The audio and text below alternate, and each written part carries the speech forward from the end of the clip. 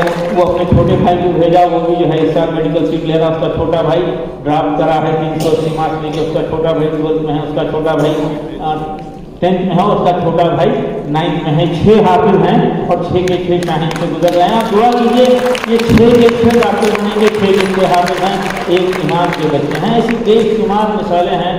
اب حفظ القرآن ٹرسٹ کے تقریباً 30 سینٹر انڈیا میں کام کر رہے ہیں۔ آپ دعا کیجیے ایک حافظ بھی چھوٹنے نہ پائے، ایک حافظ بھی چھوٹنے نہ پائے، اس کے لیے کوششیں ہونا چاہیے۔ اس کے ساتھ ساتھ ہم ڈراپ آؤٹ کو لے کے کوششیں کر رہے ہیں، ڈراپ آؤٹ کو لے کر AIC کے ذریعے ان کو آگے بڑھانے کی کوشش کر رہے ہیں۔ لاک ڈاؤن کے بعد ایک اسکیم ہم بنائے تھے، وہ اسکیم کا نام رکھے تھے ہم community add and response towards educational support. اس کے تحت ایک مسجد کے علاقے کے لوگ مل کر کسی بچے کو آئیڈینٹیفائی کریں، اس کے لیے چندہ جمع کریں، 30% چندہ جمع کریں، 70% کنٹریبیوشن ہم کر کے اس کو بچوں کو تعلیم کنٹینیو کرنے کی آفر ہم دیتے 100-200 بچوں کے لیے ہم موقع دیے لاک ڈاؤن کے بعد۔ اس کا اعلان تو ہم پورے انڈیا کے لیے کرے تھے۔ حقیقی معنوں میں آپ لوگ ماشاءاللہ پورے اسٹیبلش ہیں، آپ کو جو ہے کافی ترقی ہوئی ہے، آپ کو علی گڑھ سے فارغ ہیں، دنیا بھر میں پھیلے ہوئے ہیں۔